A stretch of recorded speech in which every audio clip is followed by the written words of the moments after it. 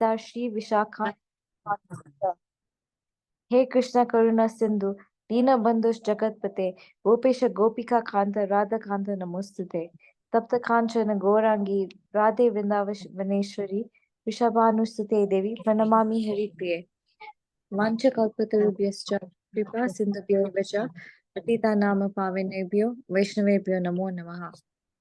Shri Krishna Chaitanya Prabhu Nityananda, Shri Advaita Gadadhar, Shri Vasadi Gaur Bhaktivinda. Hare Krishna, Krishna Krishna, Hare Hare, Hare Rama, Rama Rama, Hare Hare. Hare Krishna. Thank you so much, Chandni Mataji, for doing the Mangalacharan. I think Mataji is a little delayed, so we can start actually. We can start with reading the text, and she will probably join, and she has just joined in. So as soon as her audio is on, we'll hand over to you. Hare Krishna Mataji, thank you so much for joining in and giving your valuable time. Hare Krishna. Apologies, I'm a bit late. I just suddenly saw that it was 5 minutes past, so I didn't realize the time. So it's sorry. Okay. It's okay. We did a little bit of fellowship and then we did the Mangalacharan. Okay. So Mataji, we are reading the Srimad Bhagavatam. We are on Canto 2, Chapter 7, which is Scheduled Incarnations. And the text for today is text 42. Yeah. So I hand over to you, Mataji. We have done the Mangalacharan. Okay. And kindly allow me to switch off my video. There is a lot of things going in the background. But I'm here with you. Hare Krishna. So thank you much, Jeez, for giving me the opportunity to do the service today. I will be we'll be looking into verse 42 of the second canto, chapter 5, I seek the blessings of my Guru and all the Acharyas and Guru and Radha Krishna and all of you to be able to do my service today.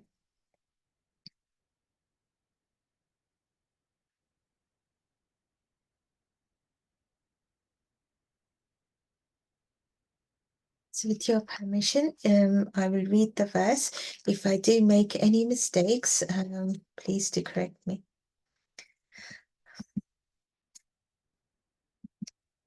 Okay. Om Namo Bhagavate Vasudevaya. Om Namo Bhagavate Vasudevaya. Om Namo Bhagavate Vasudevaya. Yesham sa esha Bhagavan Dayayed Anantaha. Sarvamana Shrita Pada Yadi Nirvyalikam. Te dushtaram atiranti cha deva mayam. Naisham mamaham iti tihi swashrikala bhakshya. Translation by Srila Prabhupada ki jai.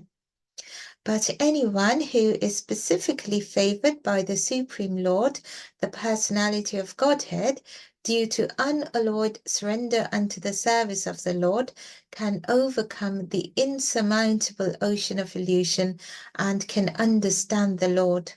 But those who are attached to this body, which is meant to be eaten at the end by dogs and jackals, cannot do so. Purport. The unalloyed devotees of the Lord know the glories of the Lord in the sense that they can understand how great the Lord is and how great is his expansion of diverse energy. Those who are attached to the perishable body can hardly enter into the realm of the science of Godhead. The whole materialistic world, based on the conception of the material body as the self, is ignorant of the science of God. The materialist is always busy working for the welfare of the material body, not only his own, but also those of his children, kinsmen, community men, countrymen, etc. The materialists have many branches of philanthropic and altruistic activities from a political, national, and international angle of vision. But none of the field work can go beyond the jurisdiction of the misconception of identifying the material body with the spirit soul. Unless, therefore, one is saved from the wrong conception of the body and the soul, there is no knowledge of Godhead.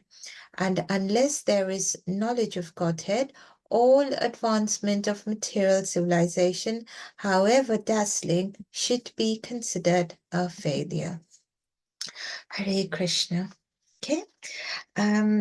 So a beautiful, beautiful verse continuing from in continuation of what Narad Muni has asked Lord Brahma, and how Lord Brahma has very beautifully talked about. I mean, Narad Muni was asking Lord Brahma about who's behind this cosmic creation, who is sustaining it, who is maintaining it, what is the purpose of this cosmic creation, what are the symptoms of the creation, what is the basis of the creation, and where does it enter when, you know, all is annihilated. So all of these questions Narad Muni has been asking Lord Brahma, and Lord Brahma is beautifully answering them one by one. And as we've come into this chapter, we see how Lord Brahma is talking about the various leelas. He started with the various leelas, touched upon them briefly, and then he's trying to answer to another question of Narad Muni of the greatness of the Lord, who is the Lord and who we are. So that leads us into this verse as well. Now, before I actually start this verse, I remember last week, was it you, Chandni Mataji, who asked me about the source of Bhaktivinoda Thakur? Where does Bhaktivinoda Thakur know that he's a Manjari? I think it was probably you, but I can't remember. But I think I'll just quickly mention it, just so that I don't forget.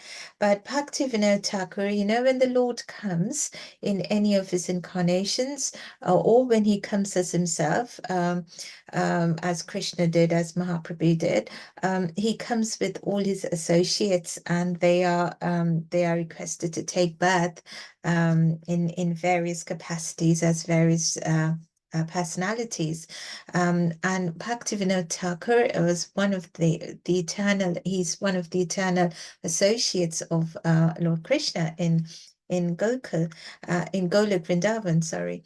And in his song, Bhaktivinoda Thakur wrote many songs.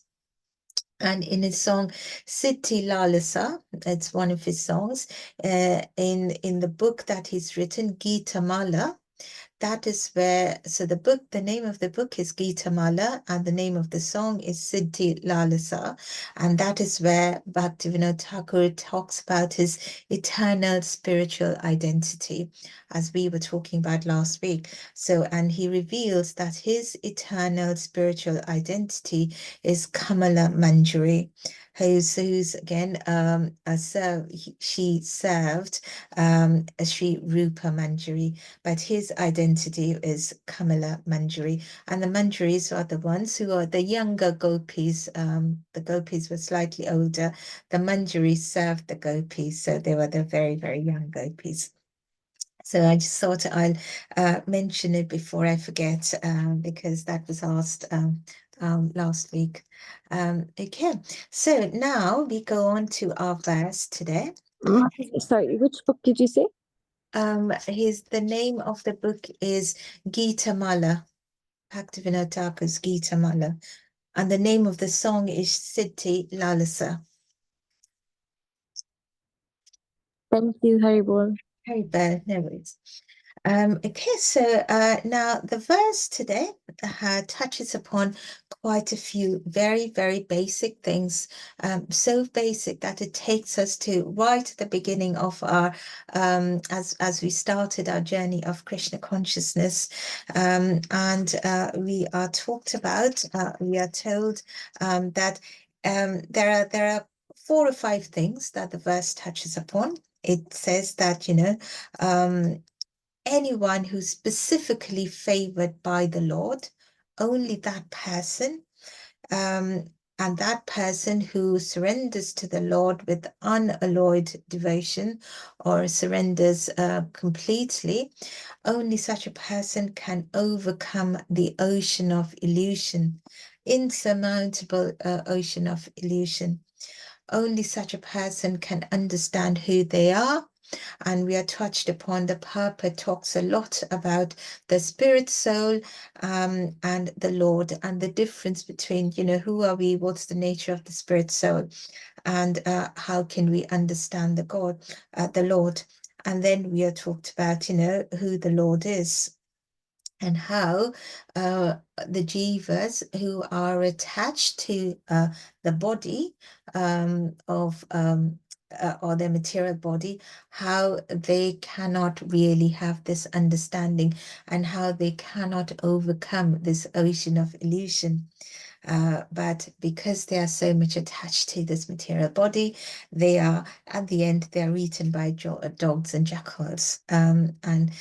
So what is the difference between such a person who's very materially attached versus a person who has understood the Lord? And do we really understand the Lord? So all of this is very, very, in briefly but minutely touched upon in this verse. So it's a very, very short verse, but it touches upon quite a few points. And so it takes us right at the beginning. In the Bhagavad Gita,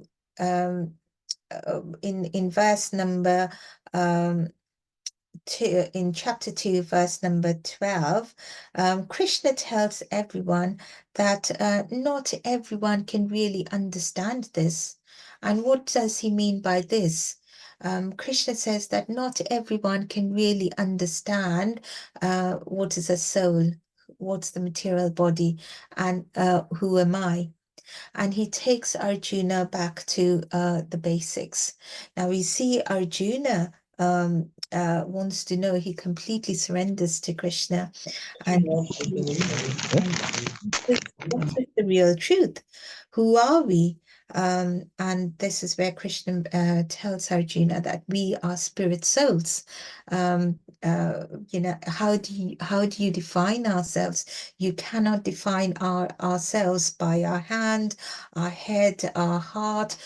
We are everything. This is what we can look at, what we can see is only our gross body. What we cannot see is also our subtle body. We cannot touch our subtle body, but it is also material in nature. But what our real identity is, that we are spirit souls. And we are all parts and parcels of the Lord. That is the main understanding of our entire existence. So when Arjuna is lamenting and he's saying, how can I kill my relatives? How can I kill my friends? How can I kill, my elders? Krishna is, and he was talking about Dharma Shastra, where you need to be kind and compassionate.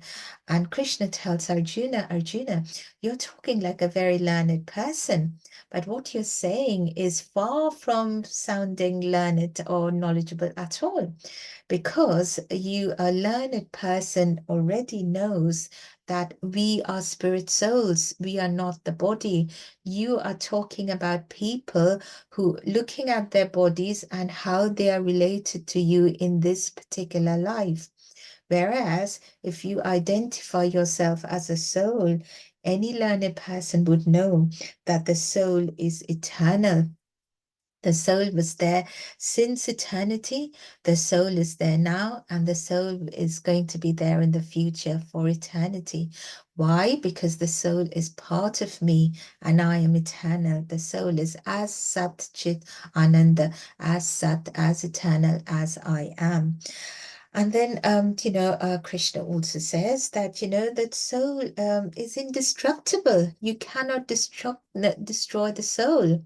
You're talking about killing the people. And Arjuna was completely crushed. He was absolutely crushed. I mean, he couldn't even, he had the Gandiva bow, which was given to him by the gods, and he really wouldn't, he was very, very attached to his bow.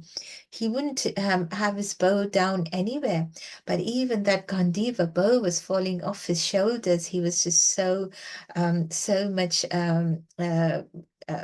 as he was so overwhelmed with grief, but that's what Krishna was saying. When you don't realize, you can't understand that the soul is indestructible, as the purport says as well, that you can kill a material body, but you can never kill a soul.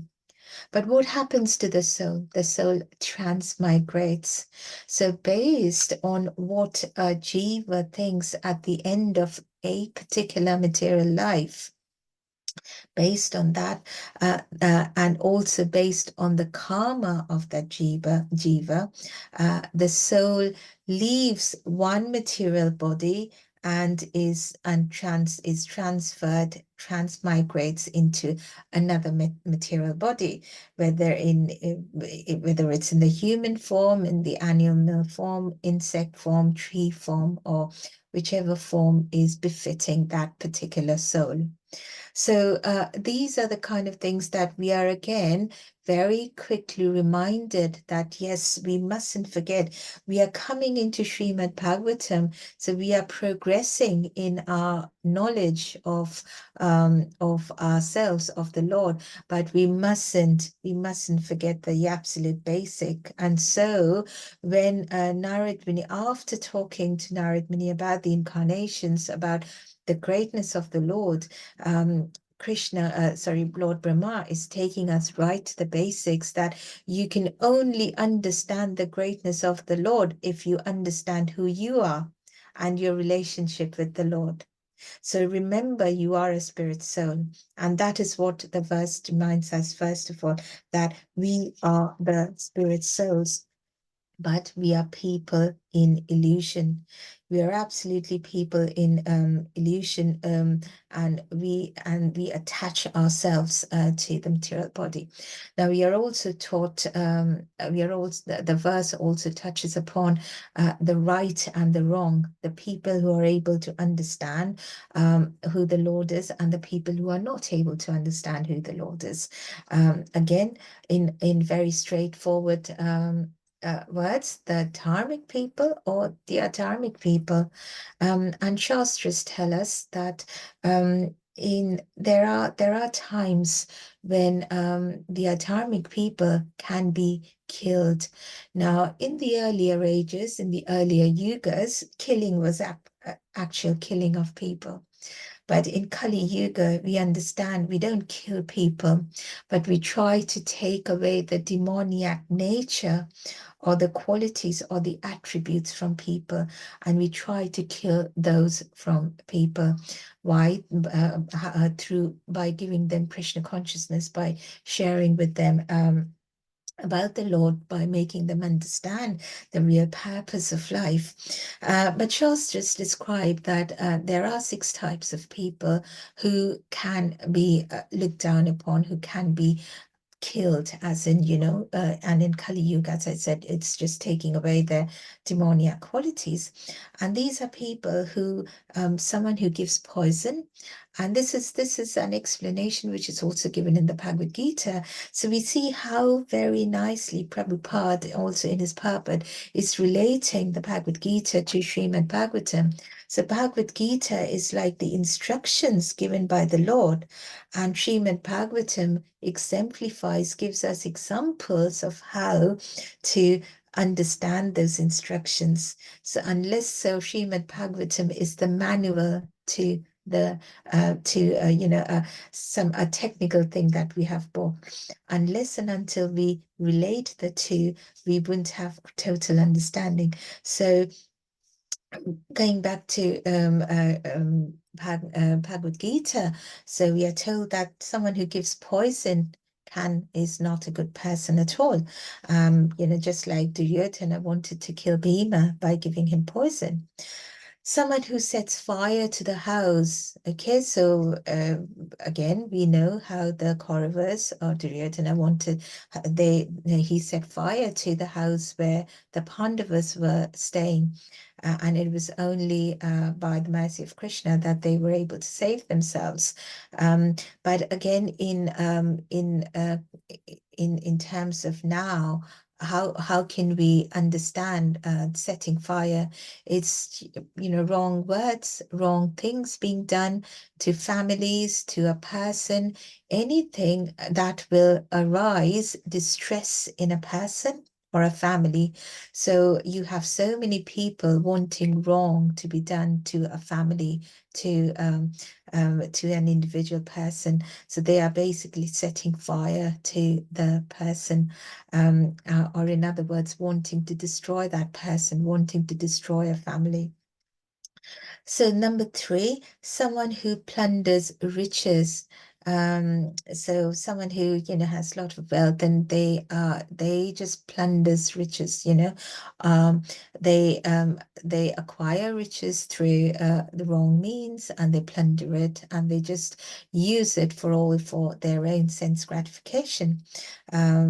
And we see, again, going back to Mahabharata, we can see how Shakuni, the maternal uncle of the Kauravas, how he was so good in advising, giving wrong advice to the Kauravas on getting everything off the Pandavas, all their riches, their kingdom, and grabbing it all away.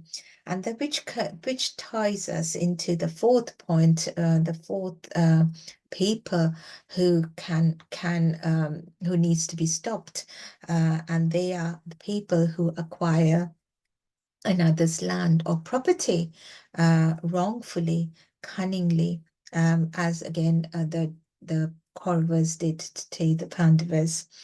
Number 5, someone who kidnaps another's so sorry, that was number 1 was poison, number 2 fire, number 3 was someone who attacks with deadly weapons. And we see nowadays, you know, we see countries at wars, people fighting with deadly weapons. So one is supposed to take a stand against such people, take a stand against whoever is attacking, whoever is doing wrong in this way.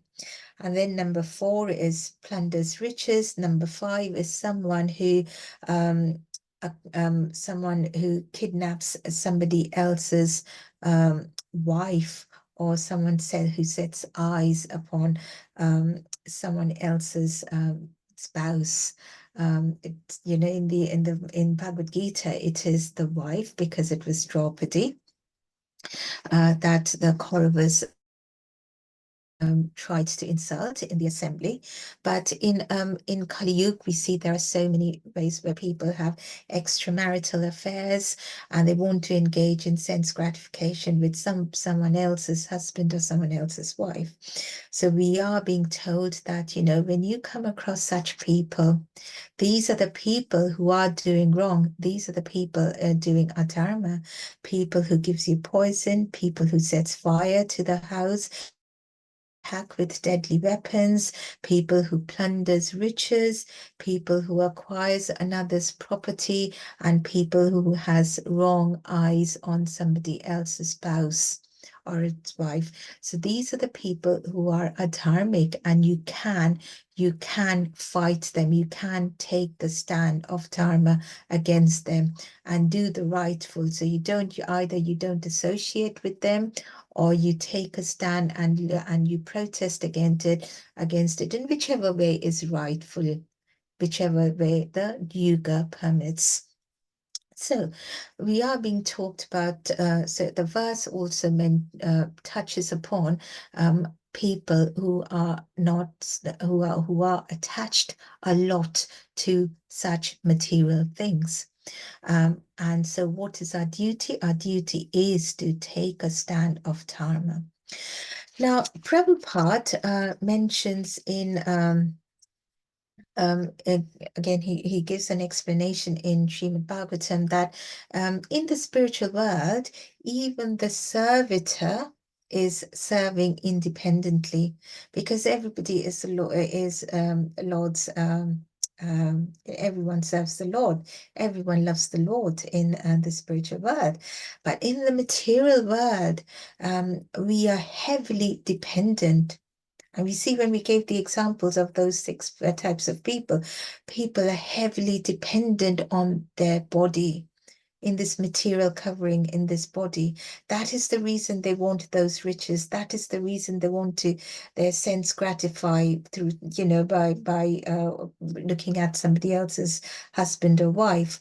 But they take this body as a shelter. But the Prabhupada says they don't realize that this body is a really bad shelter. And it is Durashaya. It is really bad shelter. Durashaya means it is unreliable.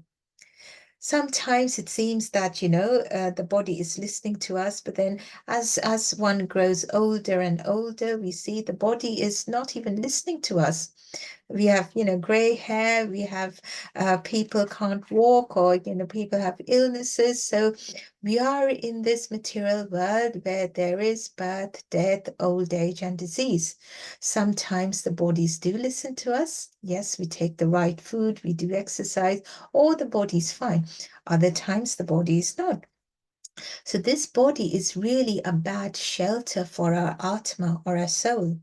But for the Atma, for the soul to understand this is very, very difficult in this material world. And why is that so? Because the Atma has associated our body from time immemorial. With the influence of the mind, the Atma being in various bodies, zillions and zillions of times in this material world, the Atma has associated oneself with a material body. And with the influence of the mind, it has accumulated so many impressions, which reinforces its idea that we are the body. And whatever belongs to this body is actually mine.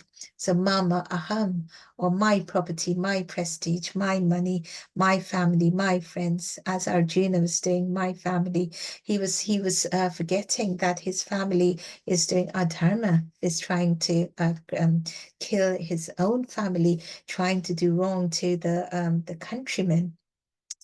And then Rishabdev also mentions in Srimad Bhagavatam, Rishabdev mentions how the jiva gets systematically entangled in engaging with each other.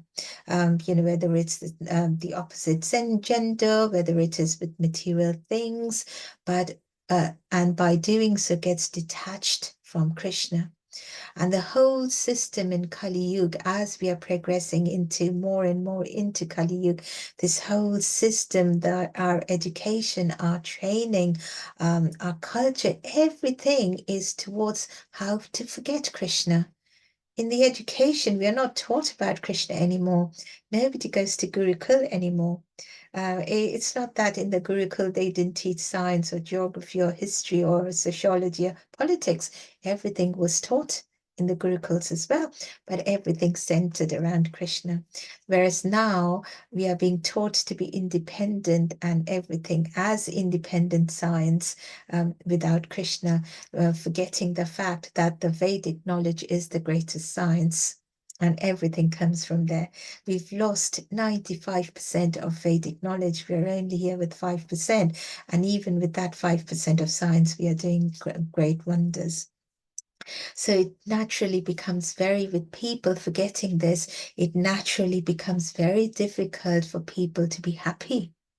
Because all these sense gratification, people are so intent on getting them, acquiring them, and, going through this rat race of earning money and just going on holiday, eating, sleeping, mating, and defending.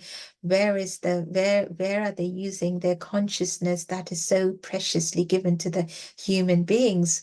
Where are they using this consciousness for Krishna Bhakti, for trying to figure out what am I doing? Who am I really? Is this, is this my only life? People forget that this isn't our only life. And it's also in Canto 4, there's mention, in Srimad Bhagavatam, there's mention of a king called Prachina Bahari. Prachina Bahari, this king, he was again very much materialistic a person, just wanted to acquire a lot of materialistic thing and also then go to the heaven so that he could have a better sense gratification. And Narad Muni, being Narad Muni and so compassionate and full of mercy, he wanted to help this king. And he tells this king he gives this king the example of a person called Puranjana. Pura means body, Anjana means wants to enjoy. So in other words, Narad Muni was telling this king about all the conditioned souls in this material body who just want to enjoy this body. And then Narad Muni tells the king about how Puranjana, how he had, a wife, children, family, wealth, and every single thing he had actually resembled something, so had a different meaning. And the king says, Narad Muni, I don't understand. You're talking too deep philosophy to me. And then Narad Muni talks to him about a deer who was enjoying his life with a male deer and a female deer, enjoying their life, having their children, and then eating grass, very, eating green grass, being very, very happy, without realizing that behind the bushes, there was a tiger. And then even back, there was a hunter aiming at the deer, aiming at all of them. So this is the problem of our material life. This is the problem of the jivas who are mentioned in our verse, who do not realize Krishna, who do not understand.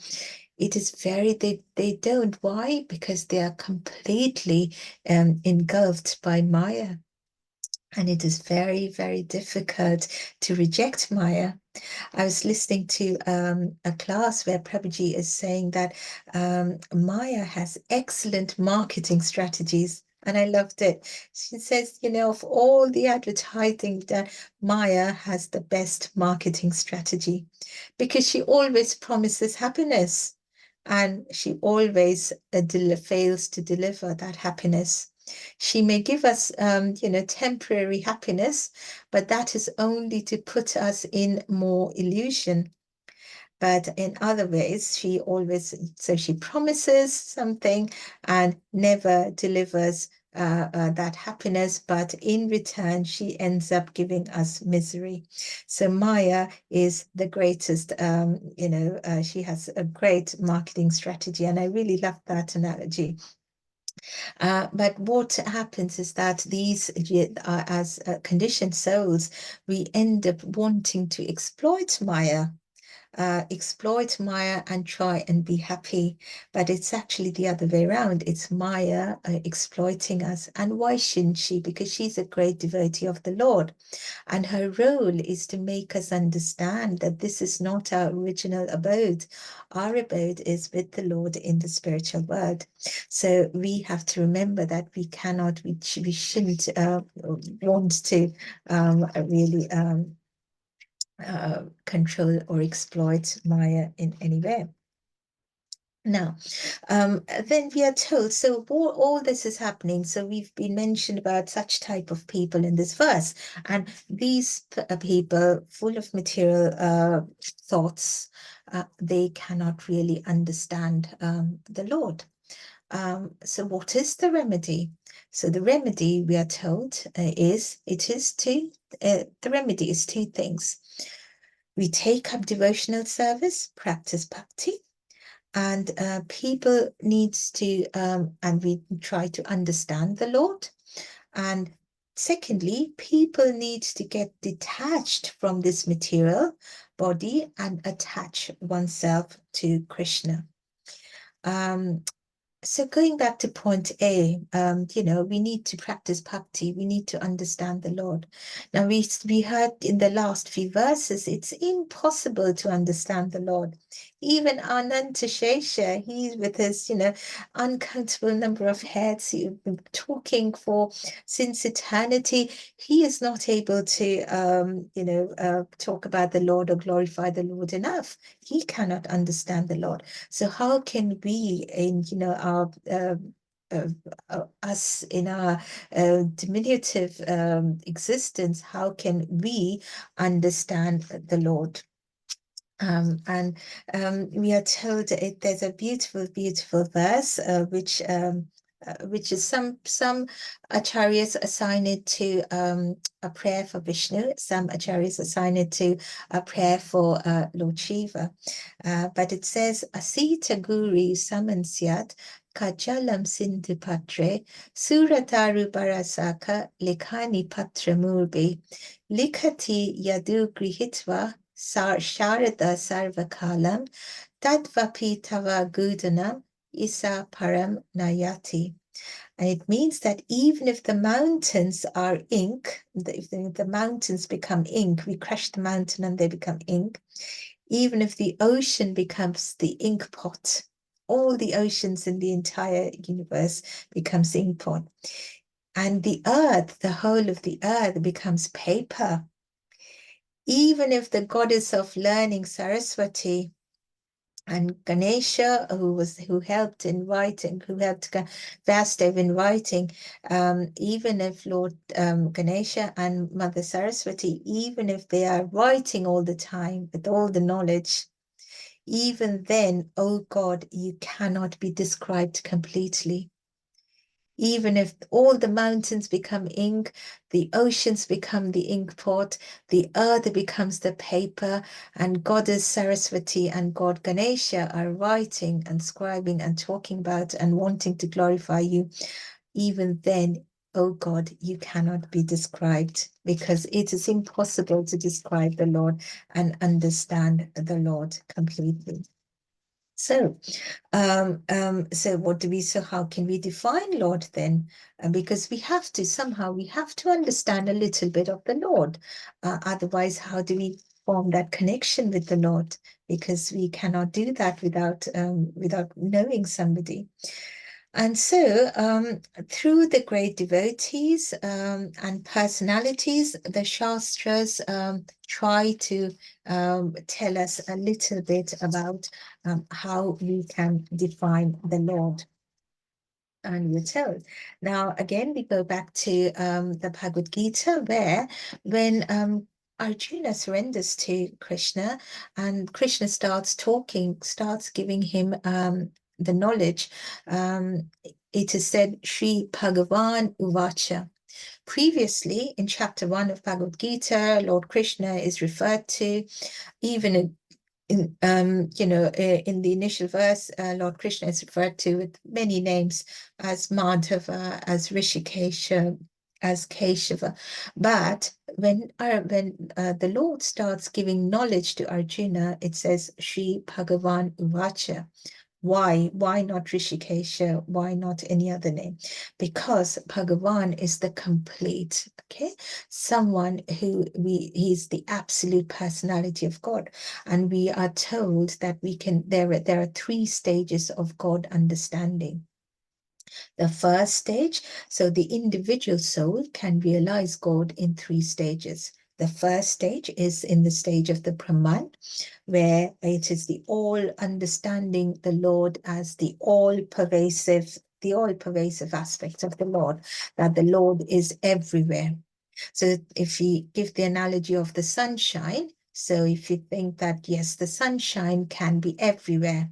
It is formless, but it's everywhere. It enters everywhere if there's sunshine. So the Lord can be anywhere and everywhere. The Lord can be here at the temple, at home, at workplace, even in the pillar, as Lord Narasimhadeva was. So that's the first understanding, the basic understanding of the Lord, that the all-pervasive nature of the Lord, the effulgence of the Lord. which the impersonalists, they attach their understanding to. Now, the second, if we understand the Lord a bit more, we start understanding the Lord slightly in the personal sense. So if we look at the sun, we see the sun disk. We see a disk of the sun. We see the round shape, and we can say, okay, so I think I understand the Lord in that. If it's the sun, if we compare that to the analogy of a sun, it is in the form of round shaped disk. Okay, so if someone studies the sun disk, they can say, yes, I understand a little bit of how the sun is. But even that is an incomplete understanding of the whole sun, isn't it? Just as the sunshine does not give you a whole definition of the sun, similarly, just saying that the sun is round in shape and it's a disk is also an incomplete understanding of the Lord. But it's a slightly better understanding because you're giving a form to the Lord. You're giving a form to the sun. So then that is the Paramatma understanding of the Lord, where we recognize that the Lord is situated in all our hearts. The Lord is personal, but the Lord is situated in our hearts, so a little bit more. But that too is again an incomplete understanding, because you still do not know what the sun is. You do not know the sun planet. You do not know what is on the sun planet. What is the sun planet made up of? What exists on the sun planet? You know the sun rays, the effulgence of the sun. You know that the sun is a disk, but you do not know the qualities of the sun. And when one understands the entire quality of the sun planet, that is the total understanding of the sun. So when we compare, when we give that same analogy to the understanding of the Lord, we say, when you reach the understanding of Bhagavan, that is when you have a total understanding of the Lord. So you don't just understand the very basic, the effulgence of the Lord. You don't just understand the Paramatma of the Lord, but you understand the totality, the completeness of the Lord, that he's everything. He's Sat, Chit, and Ananda. He's a total of all of these. So that is knowing the Lord completely. So Parashamani, who is the father of Vyasdeva, he further defines the Lord as having, in Bhagavatam, he says, he's the Lord who has Aishwarasya, Samagrisya, Virasya, Yashasya, Sriya, Jnana, Vairagya, Chaiva, Sanam, Bhaga, Itim Gana. Or Parashamani says, you can define, if you still want to define Bhagavan, you can say that the Bhagavan has all six opulences incomplete, whether it's fame, wealth, beauty, knowledge, strength, or renunciation. He has them all in total. He has total fame. He has wealth. Mother Lakshmi, so many Lakshmis serve him. You know, he's so attractive and beautiful, you know, better than thousands of cupids put together. The knowledge, the entire knowledge comes all from him. He's full of strength, and we see through his leelas, we see Govardhan Leela, where he, you know, holds the whole mountain just with his little finger. And that is only, and we know from the Shastras that he has created all the whole of creation with only a spark of his energy. So he has all of this, and then he also has renunciation, and you kind of think, okay, all the other qualities, I can understand, you know, strength, beauty, all of that, you know, something nice. Where does renunciation come in all of this? Why are we saying that Bhagwan is also full of renunciation? Bhagwan wants to, you know, he has that attachment, he has with a connection with us. But what we are being told is that when we are saying that Bhagavan also has renunciation, and we are trying to define Bhagavan with this opulence, we are saying that he gives that all up just to get our love. He gives us wealth, he gives us fame, he gives us beauty and strength, all as we want, based on our karma, as we want. If we love him, he gives all of that to us. He does not want any, he has all of that. He doesn't want any of that. So just as he gives us all of that, all that he wants from us is the love. That is all he wants. So similarly, we are being told in the verse that, because we are parts and parcels, the spirit soul is part and parcel of the Lord. Yes, we can have, the wealth, the strength, the beauty, and the fame. But we mustn't forget that we have to have that renunciation as well.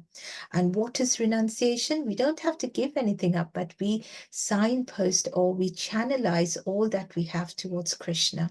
And that is how we can understand the Lord. Okay? So that is why renunciation is even possible, very much, even being a grihasta, as long as we live in Krishna's sansar. And then finally, Lord Brahma defines in Brahma Samhita how Krishna is Ishvara Parama Krishna, Sachidananda Vigraha, Anadiradir Govinda, Sarva Karana Karanam. Krishna is the Govinda because he is the Supreme Personality of the Lord, and he's Sat Chit Ananda, he's the cause of all causes. Everything comes from him, everything goes in him. So then we may ask that, what about the incarnations of the Lord? Okay, so if everything comes from Krishna, what about the incarnations of Krishna? And then, as we are being told in this chapter, and then that Bhagavatam also tells us in Canto 1, chapter 328, that Etecham Sakala Pumsa Krishnastu Bhagavan Swayam, that all the incarnations, just like the individual candles which are lighted from the original candle, they are all the same qualities, but the origin of all of them is Krishna.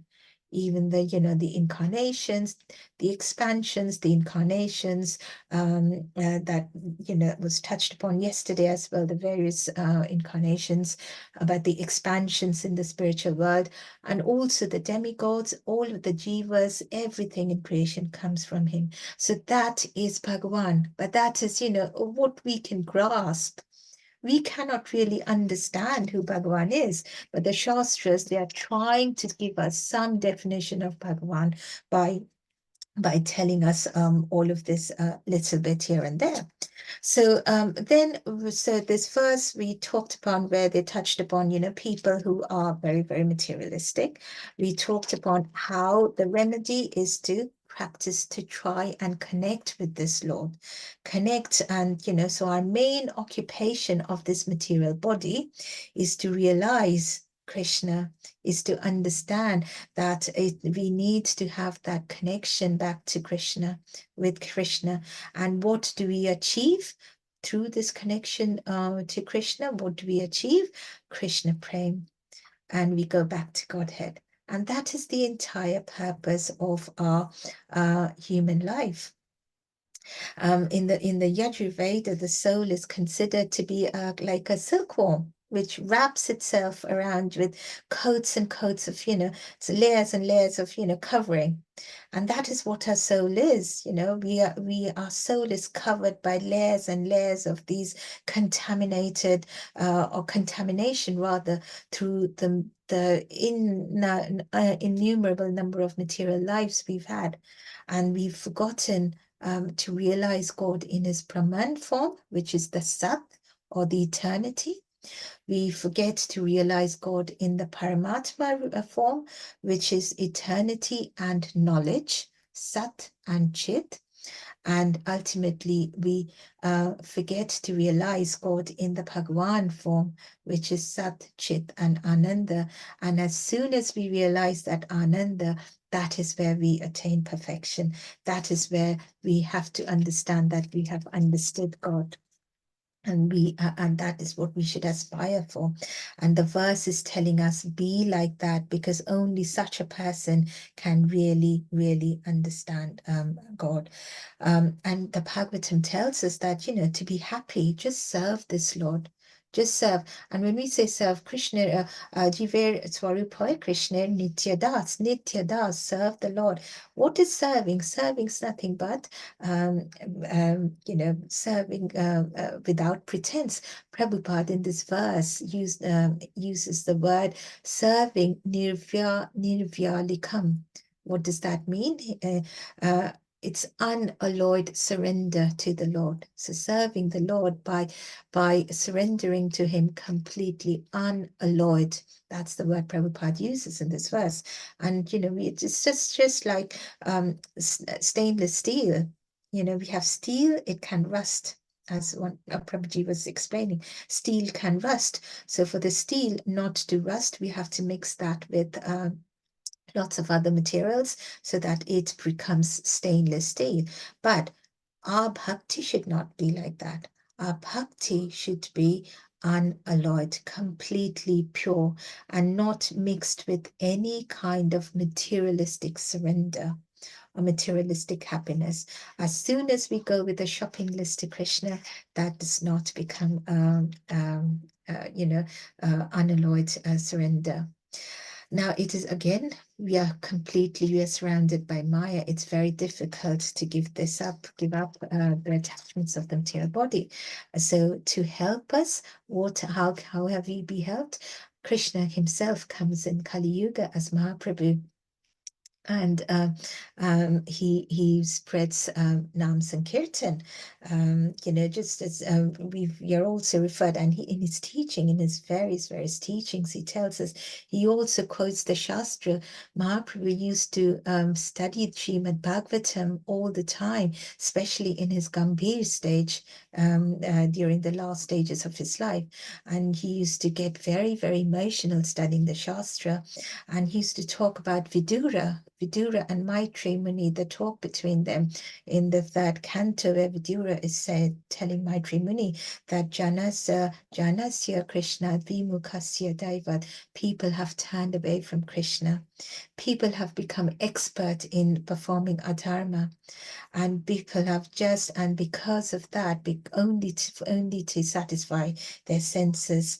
Prabhupada mentions that as bhoga tyaga, just to satisfy they are not able to give us that attachment to their senses. But we have devotees, and that is what Mahaprabhu taught us, spread Krishna consciousness. We are devotees who are who are ready to do anything just to spread the word of Krishna. There are two types of devotees. We have the Goshti Anandi devotee and the Bhajananandi devotee. The Bhajananandi devotee who are very, very happy in serving Krishna in themselves, talking to Krishna, connecting with Krishna, and being in that happy world and of themselves. But we are in Mahaprabhu, coming in the tradition of Gaura tradition, and also from Prabhupada's example, we are encouraged to be Goshtianandi, or spread Krishna consciousness as much as possible to people who are open to it, not force it onto them, but to people who are open to the love of Krishna. And when we are talking about, open to the love of Krishna, being attracted to Krishna, thinking about the Nama Guna, the Nama Rupa Guna and Leela of Krishna, and loving Krishna more, how can we forget Radharani? So we are being also told that, remember Radharani when you're loving Krishna. Radharani would go to Krishna and recommend a devotee to Krishna and say, Krishna, he's a better or she's a better devotee than I am. And Krishna would never be able to say a no to that. I mean, who can be a better devotee than Radharani? But Radharani would go to Krishna and say, oh, please accept this person because they are better devotees than I am. And that is irresistible to Krishna. And who are the representatives of Radharani in this world? Our gurus. So we try to follow our guru. And we tell, as Mahaprabhu tells us, even in Trishikshashtakam, that, oh Krishna, whether you embrace me, you take us through challenging times, just I am always yours. I am yours. I am, I'm a fallen soul, but I am yours. You can reject me, you can put me through challenging times, but I still know you are there for me. And I know you can't do harm to me because you love me, because I'm part of you. So I know you are going to embrace me at the end. So in this verse, when we go back to the points we started with, that yes, who can understand the Lord? Someone who has surrendered to the Lord completely. Okay, and they are not attached to the material things. They are the people who, this verse tells, they are the people who understands me. We go back to Bhagavad Gita, where Krishna is telling Arjuna, it's not all people understands me. It's only the people who understands the soul and the connection, and me, they are the one who accepts this truth. So we are reminded of that as well. We are talked about overcoming the illusion, the material ocean of illusion. And how can we do that? We can do that through devotion, by, again, loving Krishna. Because the ones who are not attached to Krishna, ones who are attached to this body, they are eaten by dogs and jackals. Or in other words, they do not know they are eating meat. And we will later learn in Bhagavatam how people who they go through hellish conditions because of the meat that they eat. So we will learn about that later in Bhagavatam. So all of this we need to understand, and to understand Krishna, we have to love Krishna. And nobody loves Krishna better than Radharani, so we have to surrender to Radharani as well. When and I'll finish with this pastime. When Krishna was leaving Vrindavan in the material Leela, not in spiritual world, where they are always together, but in the material Leela, when Krishna was leaving Vrindavan and all the gopis were crying, and Radharani went to Krishna and said, but Krishna, you promised never to leave Vrindavan, and here you are leaving Vrindavan. Krishna couldn't reply, but he just looked at Radharani and he wanted to say something, and Radharani understood. Radharani understood what Krishna was trying to say to him. Krishna said that, I'm going to return very soon, because the others were listening as well. I'm going to come back. And we know that Krishna doesn't come back for almost 100 years, but they do meet at Kurukshetra, but it takes a while before Krishna comes back, only very briefly to Vrindavan, and not for another 100 years. But Radharani would go and then sit in well, now it is in Nidhivan. We know there is regular pastime going on every single day. But we know Radharani would talk to Krishna every single day, and we know Krishna never really left Vrindavan. From the Akrura pastime, where we see Akrura sees the Narayan form of Krishna underwater in the water of Yamuna. So we know Krishna stays back in Vrindavan, and only Narayan goes to, or Mathura, Krishna goes with Akrura. But Radharani understands that Krishna didn't have to explain that to him. So similarly, as devotees, we have to get that connection with Krishna, to ask for mercy from Radharani, to be able, from our Guru, to be able to understand Krishna, to love him in the right way. Otherwise, it is very, very difficult in this material world. So Mahaprabhu tells Sanatan Goswami, it's so difficult. So do these three things, Sanatan, and then it's going to become easier. And what can you do? You can do Jivedaya, Name Ruchi, and Vaishnav Seva. Jiva be care, be kind, be compassionate to the jivas around you. Okay, but we are reminded we have to walk on the path of dharma, but not encourage adharma. Wherever you see adharma, do them daya, have mercy on them, and take away that that adharma, those qualities from their heart. So do that mercy to them. And we see so many gurus, acharyas doing mercy on our contaminated soul, our contaminated material body and souls, trying to clean us from this. Have Namiruchi, okay, chant the names, you will fall in love with Krishna, and do Vaishnav Seva. That is how that, and then Mahaprabhu says, Iha pinno dharma naishina sanatan. There is no greater dharma, there is no greater dharma than this in this Kali Yuga. So do Nam, do have compassion on the jivas and serve Vaishnavas. And by this, we can get back to our connection with Krishna, and we will be able to cross over this insurmountable ocean of material desires. So with that, I again finish discussing this verse, a very beautiful verse because it takes us right to the basics of our Krishna consciousness teaching. But if I've made any mistakes, please do correct me. Hare Krishna.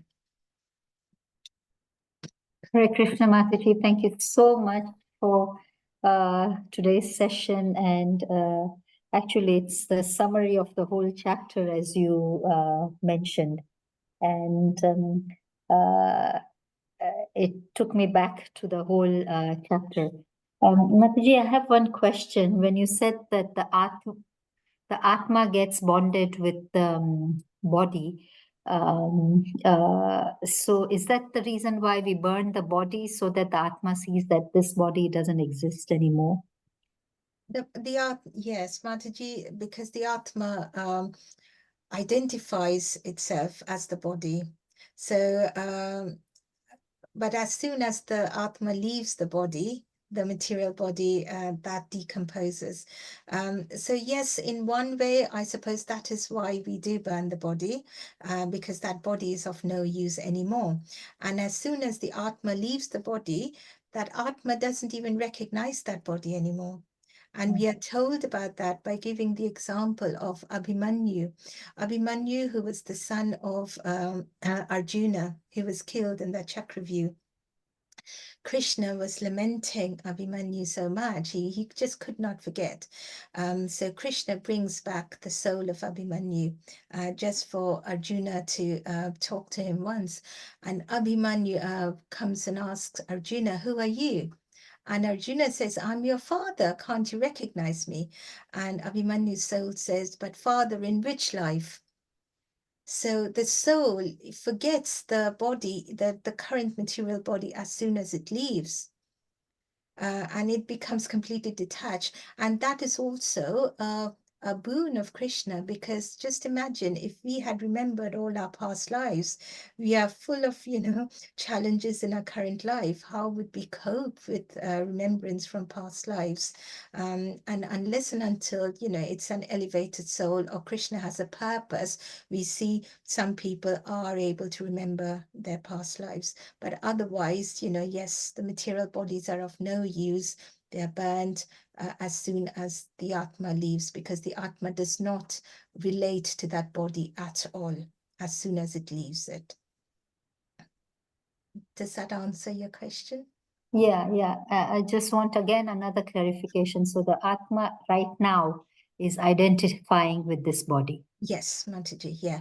Yes, because, yes, as you rightly say, it is identifying itself with the body. And that is the problem, because it's the mind, it's the subtle body dictating our actions, and the Atma has got used to, over so many lifetimes, the Atma has got used to that way of living. So it takes a bit of a while for the Atma to completely detach itself from the subtle and gross body. And unless one is enlightened, unless one understands, or with the mercy of Guru Krishna, the Atma, that unless the Atma is cleansed, the Atma will continue to relate itself to the material body and will not try to detach itself from the material body. Does that make sense? Yeah, it does. And the cleansing will come through devotional service. Yes, Mataji, yeah. That's the only way of cleansing. Or in this yuga, it is Sankhanam chanting. Yeah. Thank you very much, Mataji. Are there any other questions or comments from the group? Yeah, I know. Hare Krishna Mataji. I wanted to ask you, with the soul's journey, when the soul leaves the body, I understood that, normally other religious sects would do the monthly prayers for 1 year, and then the soul goes on its journey and does not remember any of the family members and all of that.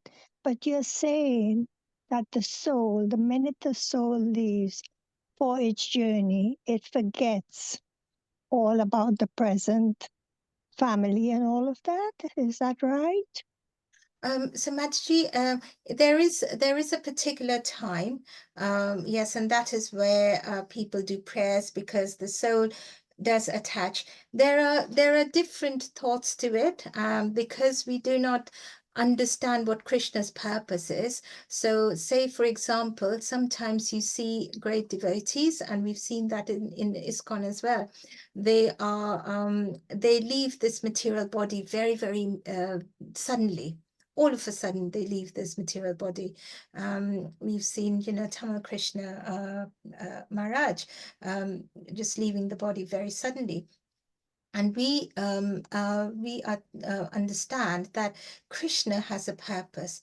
If an elevated soul is needed somewhere urgently, say in another universe, or to serve another purpose, because they are great devotees, Krishna can take that soul and immediately put that in another body, just in whichever planet, higher planet, or any other universe, just because they become part of another Leela. However, there are other souls who are so attached to the body, and there is there's conditioning.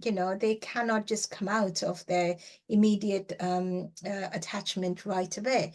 So they need to. So that is why prayers are done after the soul leaves the body. The prayers are done so that the soul achieves or gets to hear Krishna's name.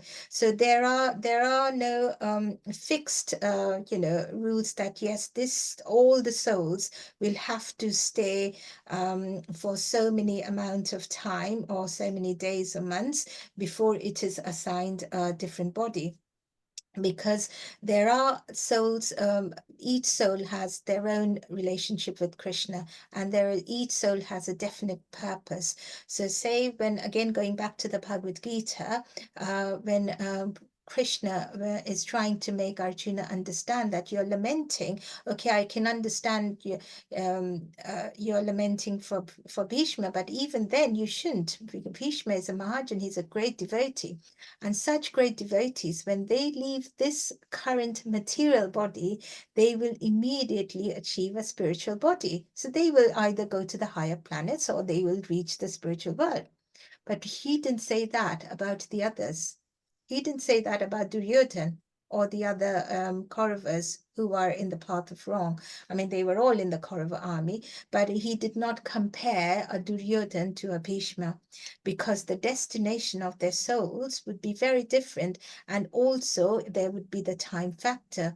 But it's also said by, and I also heard in one of the Krishna classes where Prabhuji was explaining that sometimes being in the material world, the souls are so accustomed to the material circumstances, it becomes very difficult for them, even if they are great devotees, or even if they are very bad people and they have to go to the hellish planets, because they are two different situations. You know, the spiritual world is very different to the material world, the hellish planets different to the material, to the earthly planets. So these souls have to be housed somewhere, where they get a bit more accustomed to either the spiritual qualities or to the hellish qualities, and then they are transferred to the higher planets or the spiritual world or the lower planets. But again, it is very much up to Krishna. So for Dhruva Maharaj, he didn't have to, wait at all. Even with his material body, he could directly go to a spiritual planet. So this is very, very individual. But yes, in general, you're right in saying that, the soul, even after leaving the body, they do remain attached to for a certain period of time, and that is the reason it's said that do Krishna, do bhajans or do kirtans, but at the same time it is also completely at the will of Krishna if a soul, if a jiva is required for a specific purpose in any other part of the universe, or in different universes, Krishna will make that happen. So we are assuming, where in the case of Abhimanyu, in that past time, we are assuming that Abhimanyu, because again they are great devotees, he was taken to a spiritual planet, and then he was brought back, but and then that is the reason he couldn't recognize Arjuna immediately. Or they were taken to heavenly planets, which is still material, but he didn't recognize Krishna, Arjuna immediately. I'm not sure if that answers, Mataji. Does it answer your Yes, question? it does. It's just that I know in the Gurud Puran, where Lord Vishnu speaks to Garuda and Yeah. tells him about all the rituals that need to be done when someone leaves the body, and the relatives do that. So I think I was told, or I heard that it's about after the year's period or so when the soul goes completely, and then it's like the memory is deleted completely. So no, but what you said is very helpful. Thank you so And thank much. you, Mataji, because what you're saying is also right. That's not wrong at all. That is also right. And Yes. as you quoted, it is from the Purana. So that is the reason that, we have these practices and rituals. But yeah, it is also very much Krishna's, for individual souls, if they are needed somewhere, Krishna can take them. And I specifically remember this because it was in a class that the Prabhuji was talking about Tamal Krishna Maharaj, who was taken very suddenly from this world. And so it was told that even that there was a certain purpose where great devotees are suddenly taken without a reason, very suddenly, because Krishna wants them somewhere else. But Thank thank you you, so Mataji. much. Thank you Sorry so for much for clarifying, for bringing that up. thank you. Yeah. Sorry for delaying the class. No worries at all. Thank you very much, Mataji. I really appreciate this. Let's all unmute and chant the Hare Krishna Maha Mantra for glorification of Panchali Kar Mataji. Hare Krishna, Krishna Krishna Krishna, Krishna, Hare Hare. Hare Hare, Hare Hare Rama, Rama Rama, Hare Hare. Vanchakalpat Yascha Kripa Sindhu Vibhava Cha Patitanam Pavanebhyo Vaishnavebhyo Namo Namaha. Srila Prabhupada ki jai. Her Grace Panchali Kar Mataji ki jai. Srimad Bhagavatam Granth Raj Srimad Bhagavatam ki jai. All glories to the assembled devotees. Hare Krishna. Hare Krishna. Thank you very much, Mataji. Hare Hare Krishna. Krishna, Hare Krishna. We will not have our regular class tomorrow, but we'll have it on Sunday. Hare Krishna. Hare Krishna, yes, Mataji.